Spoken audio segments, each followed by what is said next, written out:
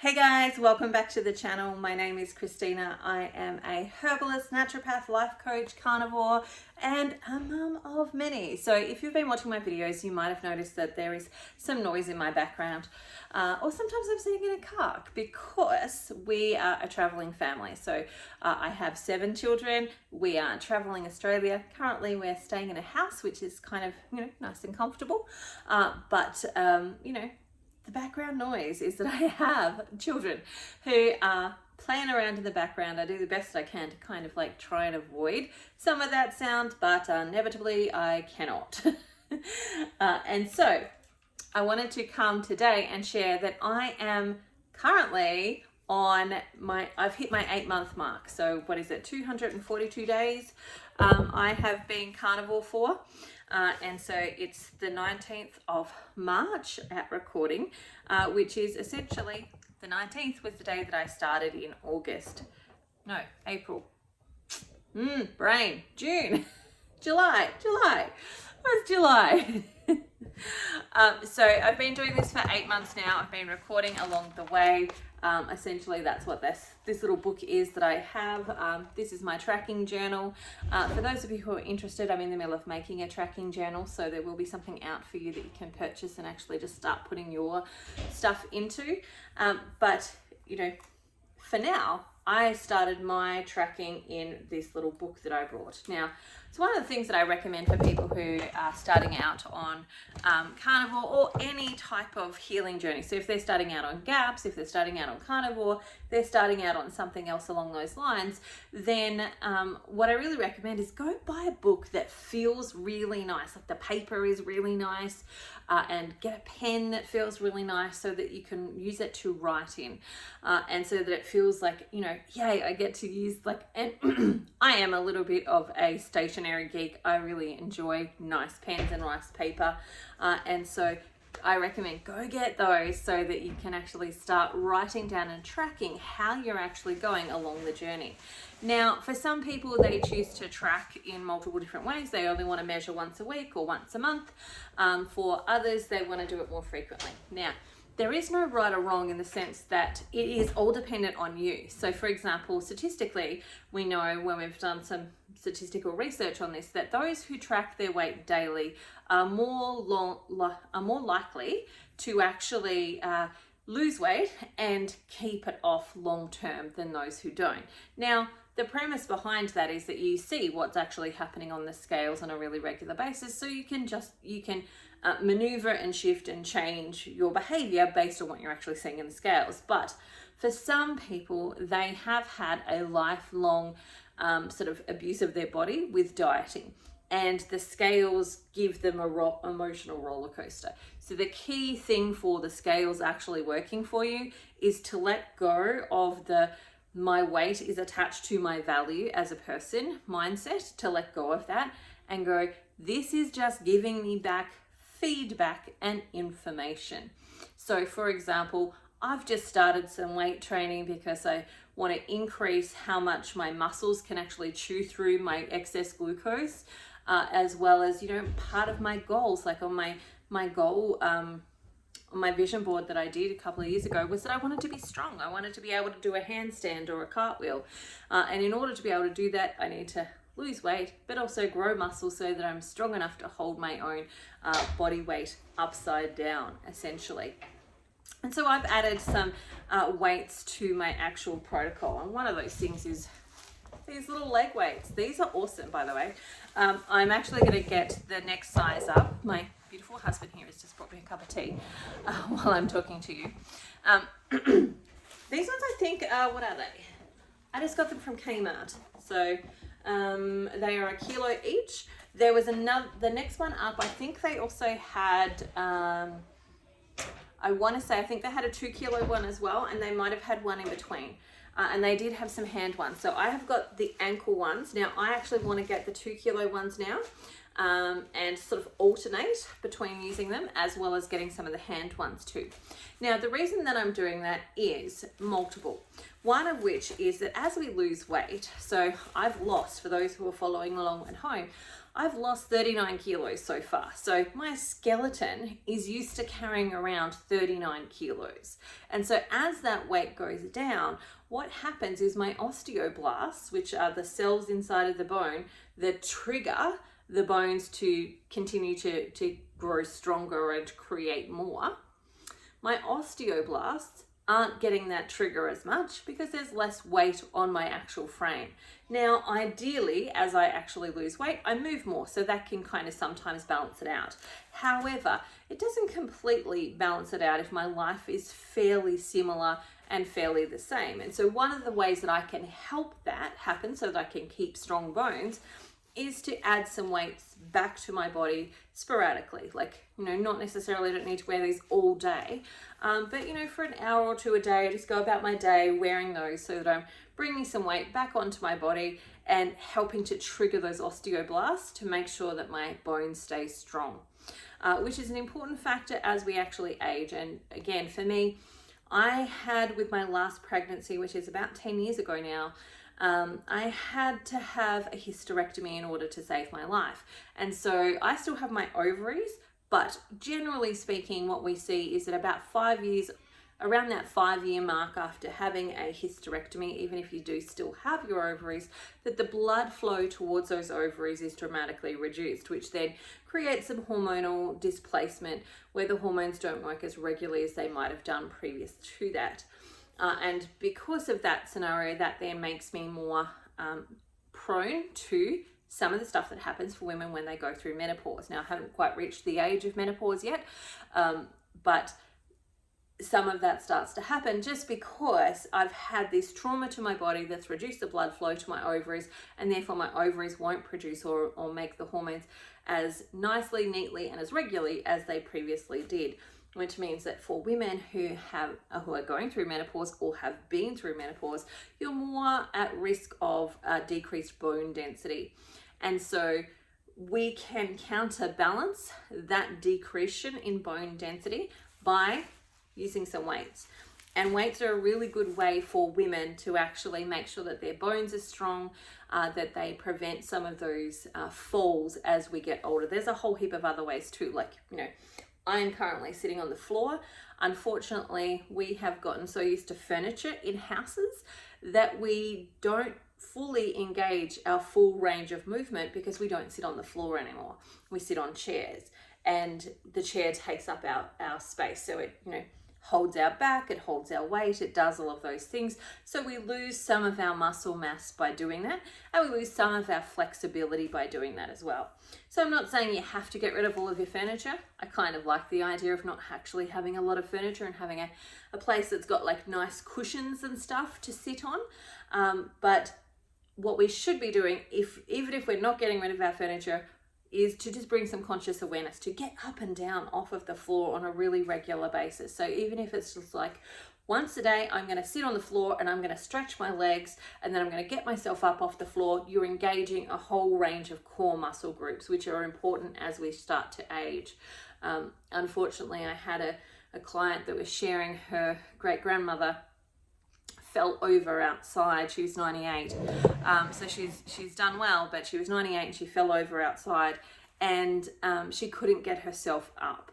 And so all night, it actually rained that night. There was a storm, so she was banging on the fence with her walking stick. Nobody could hear her because of the rain and the storm. And it wasn't until the morning that somebody actually found her.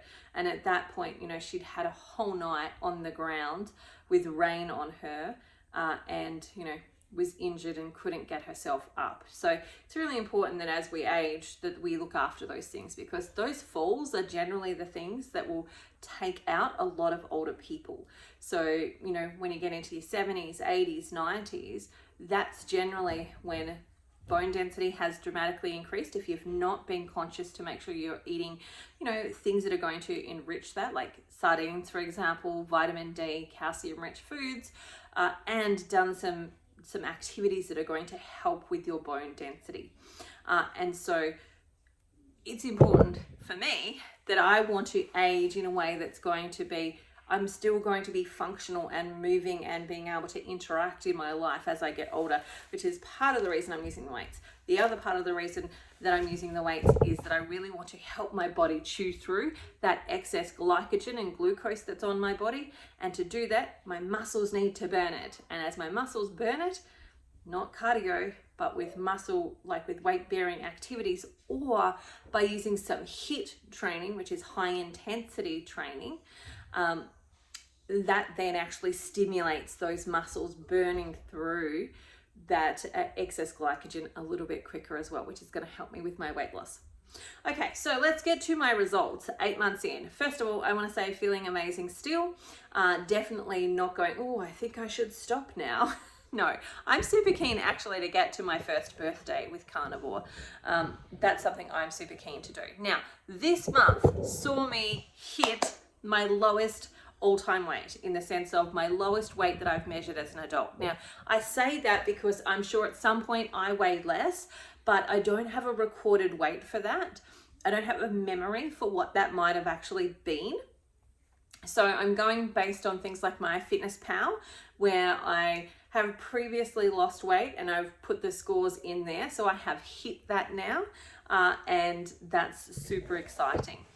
It did take a little bit to get through that, and I think that I did a video on that where I was talking about it from the perspective of, as I was getting closer to that number, I could sense that I was doing things that were self-sabotaging to me. So you know, and as you go through this type of journey as well, you know the things that are going to slow down your weight loss or going to make you gain a little bit of weight or those types of things. And I was doing some of those things. So, you know, I was eating like chicken that had some seasoning on it, which I know generally means that I can't lose weight or I'm going to gain some weight. So I was doing that. I was really attracted to it. I was doing, you know, some other things where maybe I was eating when I actually wasn't hungry at all. So I was overeating in order to avoid losing the weight. Now, that's not because I consciously went, I need to stay, like I need to gain weight or I need to stop losing weight. That's not a conscious decision, but it was a subconscious one that I was doing through some form of protection. Like I thought that I was, you know, mentally my brain was going, it's not safe for us to get here. And I've talked about this on my Facebook page. I talk about it in my book as well, that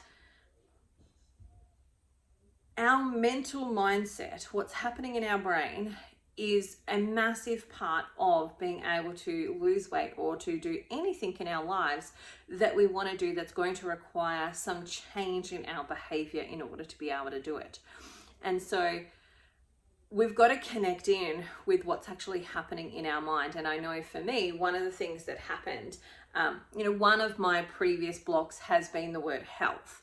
So I talked about this before. 2017 was the year that I was finishing off my naturopathy degree, and I was like, right, this year is going to be my year of health. I'm going to finish my study. I'm going to dedicate myself to health and, you know, my health and all of that type of stuff. And so I changed my passwords on my phone and on my computer. They were like health 2019, 2017, et cetera, and like, you know, put health everywhere. And then I faced some of my greatest challenges when it came to losing weight. Like, I don't know what it was. Well, I do know what it was, but at the time I was like, I don't know what it is, but I'm like so attracted to Tim Tams and chocolate cake. And like, I'm not even like the real sweet girl. Like you know, if there's a choice between steak and cake, I'm going with a steak. But at this point in time, I was like cake girl. I was like, let me have it. I'll have steak and cake, not just one or the other. And you know, my brain was just attracted to eating a lot of this crap food. And ultimately, it wasn't until I got most of the way through the year, because I was also really focused on finishing my study. So for those of you who don't know, when I was doing my bachelor, or when I was doing my studies in naturopathy and getting my qualification, I started studying as a homeschooling mum with 7 kids. And I started studying the course, which was at your own pace. So you can do a unit at a time and you can hand it in whenever. There was no deadlines or any of those things. Well, then the college changed because they started to receive government funding. So they had to then move to deadlines. So you can do a unit at a time, but you've got to finish it within this amount of allotted time. And so I went from no deadlines to now there's deadlines to then they were making the course not available anymore. And so we had until a certain date, which I think was in 2018. We had until then to get it finished. And so I went from, oh yes, I'm just going to actually just work and chip away at a little bit of study at a time while I'm schooling my kids and feeding my family, growing my business, doing all of those things. And then suddenly I had to get it done, and I had picked to do two qualifications. They overlap, so some of those subjects were the same, and I didn't have to do a lot more work. But then there was a couple of other extra subjects as well to get both of those qualifications. And so I had to do that in what was going to be 4 years in 2. And so it was head down, bum up, get my study done, and power through that stuff. And so for that year in 2017, I was really focused on just getting those last lot of subjects done, that last lot of study done. And I had some travel, so I had to travel to go and do my clinics, which is essentially where you go and they supervise you as you actually work with patients. And so I had to go do those. And it wasn't probably until about September that year that I went, man, what's going on? This is meant to be my year of health, and I've gained more weight than I have ever had. And, I'm not nowhere near as healthy as I was prior to starting this course and all of that type of stuff, which is kind of the irony of studying natural health, because everybody ends up with some type of like adrenal fatigue because of the nature of study and trying to get it done and having to beat these deadlines and so on. And usually people are older as well when they're doing that type of study, so they've got life commitments as well. And so it wasn't until then that I went, what's going on? Like, what is this? I know what to do. I know how to do it. Why am I not doing it? What's actually going on? And what I realized was, I was driving in the car one day, and what I realized was that I had attached health to death. Like subconsciously in my mind, I had attached health to death. Now, what that actually meant was that when I was at my healthiest, so I'd been doing gaps for 8 months, and I was at my healthiest. I'd lost a heap of weight. I was feeling fabulous. I had energy to boot. I was really, really good. Probably, I'm probably better now than I was then. But, somewhere along the journey of where I've got to in these last 8 months was kind of where I was at. And I was feeling really good, and I was at the healthiest that I'd ever been. And then I fell pregnant with my twins, and we lost one of those babies during that pregnancy. And so I had a bleed. I thought I'd lost the pregnancy. I find out that I'm still pregnant, that we'd just lost one of the babies. And that became the roller coaster ride of having Procreta, where the placenta, Previa, so at that point I only knew it was Previa, so my placenta was first. So instead of the baby's head being there first, it was my placenta first, which is a life-threatening condition. And then as it moved along, it turned out that it was placenta Previa. So my placenta had grown through my uterus and started to tap into my major blood supply and my bladder. And so that was even more life-threatening. But during that pregnancy, I had lots of bleeds. So I'd have to go to the hospital, and until about 23, 24 weeks, the only way I could know that my baby was still alive was to go and have an ultrasound scan. And so I had a heap of those ultrasound scans to go and see if I had a live baby on board still. And so it was a very traumatic pregnancy. And then of course it ended with me essentially dying. So, I bled out, and they had to keep restarting my heart and pumping saline through, and then getting copious amounts of blood into me to actually keep me alive. And 7 surgeries later, a week on life support, a mammoth recovery amount of time. Like, it took me 8 months to build my strength back up to the point where I could walk around a supermarket on my own and not have to have somebody chaperone me, essentially. Because I was, I could have fallen. I was not strong enough to actually do that, and I needed to sit and rest. And it was a not very great experience for somebody who's independent like me. And so essentially what had occurred to me was, when I was driving my car, was that I had attached me being my most vibrant and healthiest and all of the things that I was going for when I'd decided that health was going to be the thing that I was going for in 2017, like that all happened directly before I died.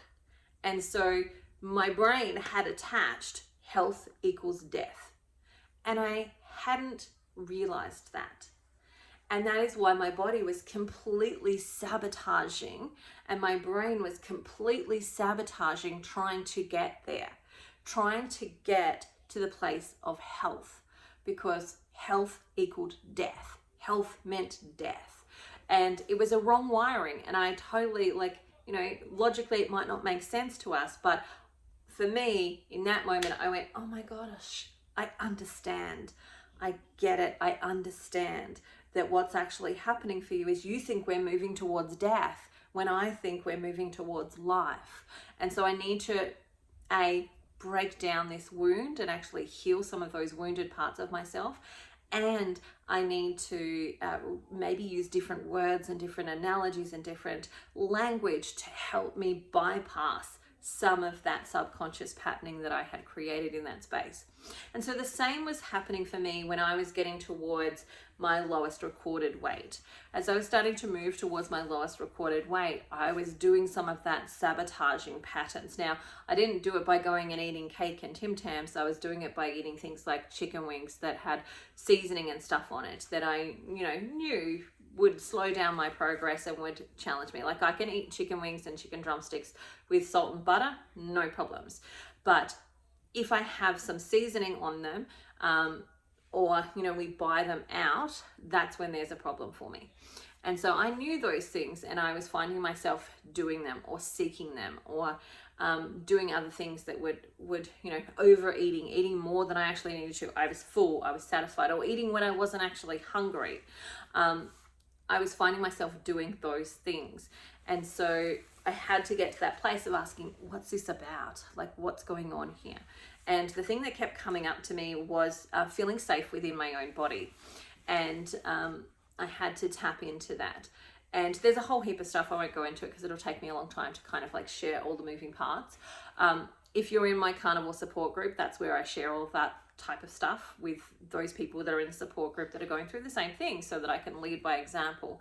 But essentially, it was not feeling safe in my own body. And what that also led me to was understanding that when you start to lose weight, and this wasn't so much an issue for me, but I see it a lot with my clients, is that when you start to lose weight, it's almost like you give permission to those around you to start commenting on your body. Like when you're fat and overweight, there's kind of like a stigma about saying things about you, because it's nasty and it's mean to call somebody obese or a whale or whatever other names that people might use, or even to say, oh, you look big in that or whatever.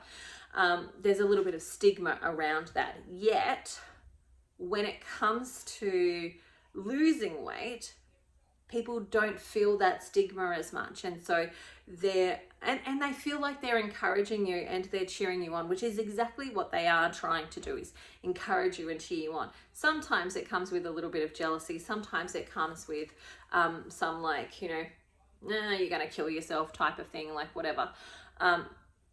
But essentially, it's coming from a good place majority of the time, where people are trying to encourage you and go, yes, you can do this, off you go. Like some of the comments that I have received are ones like, well done, don't stop. And because my brain is still in some of that triggery trauma space, I will sometimes miss the well done, and I hear the don't stop, which is they think that I still need to blah, blah, blah. And, that there is part of the mental game, which is, it's not really offensive what they're saying, but because there's still a little bit of trauma there, and there will be until, as I release more weight, I'm releasing more trauma and I'm healing those things. That there's still a little bit of a trigger there with it, which is good. It's not bad that there are things that trigger me. it's good because that is an indication to me that there's some stuff still there, that there's some stuff that needs to be worked through. And there's, you know, learning there for me too. Like, you know, I'm not going to say to somebody, well done, keep going. I'm going to say, well done, full stop. You've done an amazing job, full stop. No matter what else happens after this, you've done an amazing job at actually supporting your body at this phase. And so, you know, I'm learning those things, as well as those triggers actually help me start to find more of the stuff that's actually in my subconscious patterning that needs to be reprogrammed in order to get where I want to go, in order to meet the goals that I want to meet. And so this month saw me hit my lowest all-time recorded weight, which was fabulous. So I'm now 39 kilos down.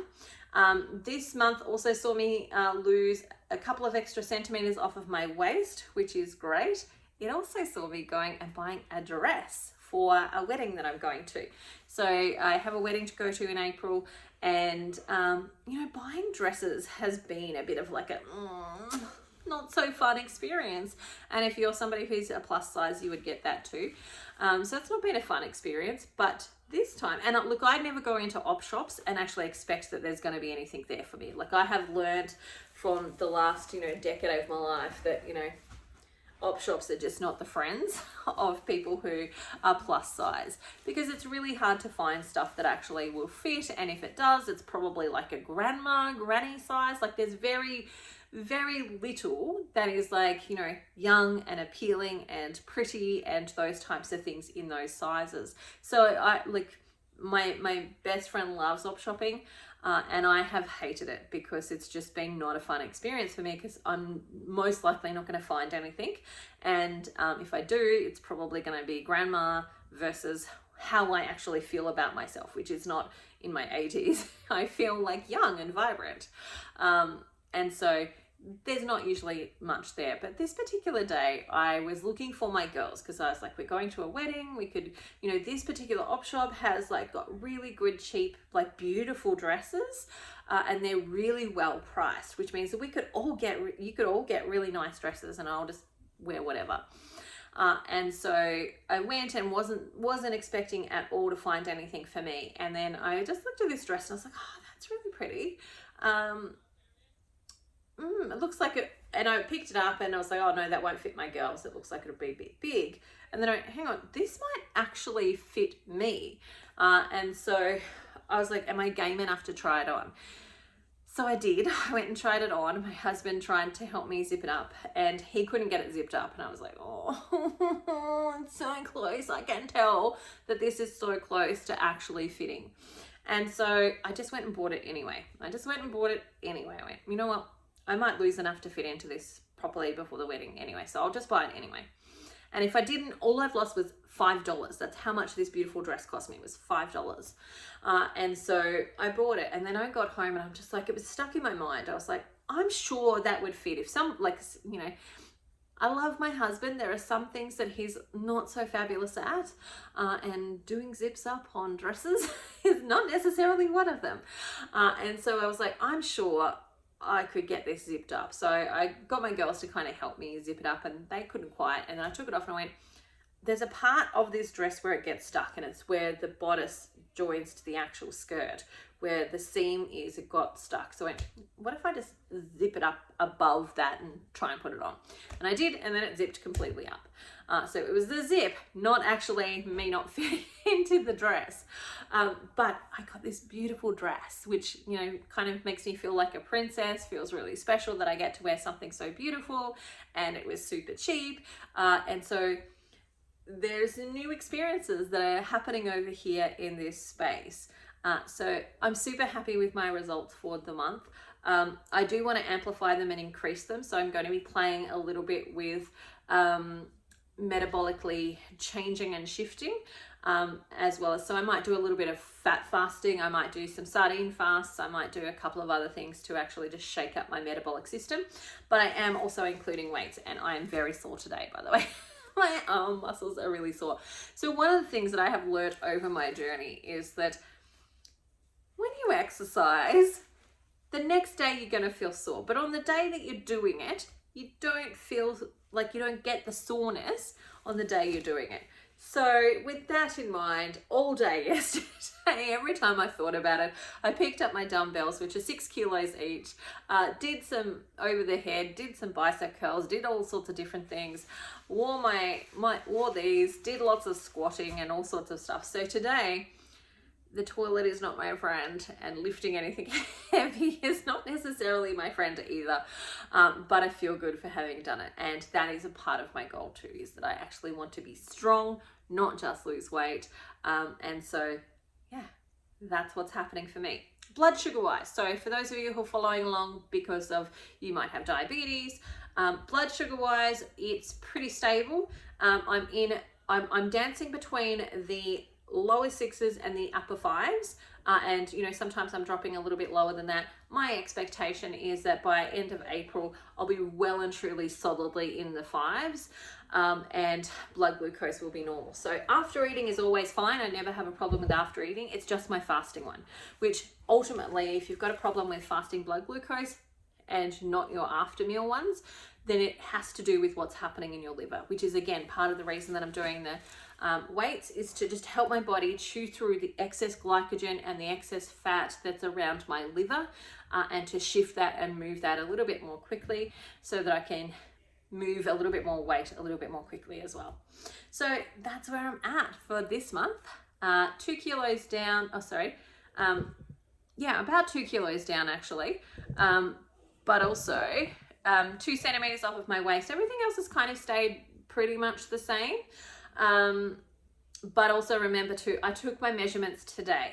So I should have taken them yesterday. I took them today after having exercise. So everything's a little bit inflamed and a little bit bigger than it actually will be in a day or two, just because there's excess fluid and inflammation around those muscles as I'm building them. So my guess is if I took them yesterday, or if I take them in another like 2 or 3 days time, that I'll probably actually have lost a couple of centimeters off of the rest of my body as well. But I didn't think about that when I was running up and down and exercising and like squatting like crazy and lifting weights and all of the stuff. I didn't think about that then. Now I'm thinking about it. All right, that's it for me today. I hope you have the most amazing day ever, and I will talk to you soon. If you want to join my Carnivore support group, the link will be down below. If you're following along, you can follow me on Facebook, Instagram. I'm on TikTok as well. Also a little bit on Twitter, not that much, but mostly Facebook is probably, and Instagram are the places that I am, and here. All right, I hope you have the most amazing day ever. Talk to you again soon. See you later.